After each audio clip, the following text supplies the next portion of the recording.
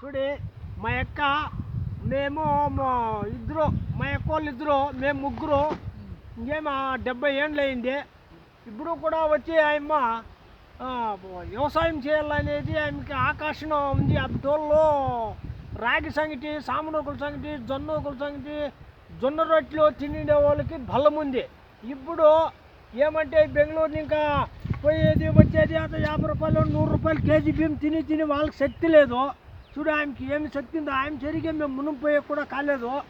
7 గంటలకే వచ్చింది. ఇప్పుడు భోజనం కూడా తినలేదు. అంత అంటే ఆయనకి వ్యవసాయం అంటే అంత ఆకర్షణ ఉంది. కాయలు ఇడిపిస్తూ ఉంది. ఇప్పుడు కూడా బొమ్మ ఇంటికంటే నేను కాయలు ఇడిపించాలరా అంటుంది. వాళ్ళు ఏమంటే వాళ్ళంత పుష్టిగా తిని వాళ్ళంత ఆరోగ్యంగా ఉన్నారు. ఇప్పుడు మనం 100 రూపాయలు కేజీ తెస్తాము తింటాము, అది మనకు ఒళ్ళు పట్టేలే. ఇప్పుడు వాళ్ళంతా వాళ్ళు బతికిన వాళ్ళు మనం బతికేలే, పుచ్చక్కని చచ్చిపోతాము. వాళ్ళు అంత రాగి సంగటి, రాగి రెట్లు, జొన్న రెట్లు, సాంగోకులు తినే వాళ్ళు అప్పుడు అప్పుడు మనం ఇప్పుడు ఈ ఎన్ఎస్సి బియ్యములు తిని 60 రూపాయలు కేజీ తీసుకొని తిని మనకి అంత శక్తి లేదు. వాళ్ళకునే అంత శక్తి మనకు లేదు.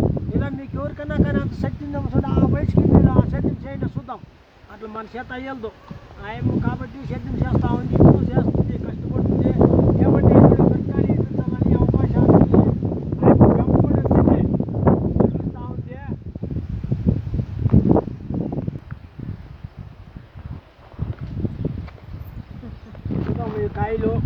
ఈ కాయలు ఏమి రేటు పోతాయో చూద్దాము. బాగుండాయి మిరకాయలు. ఇది ఏడో ఇడిపిస్తూ ఉండేది.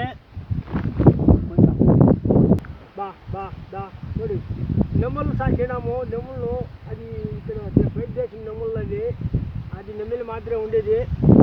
చూసాము. ఇంకొక వీడియోలో నేను దొరుకుతాను. హాయ్ ఫ్రెండ్స్ అన్న.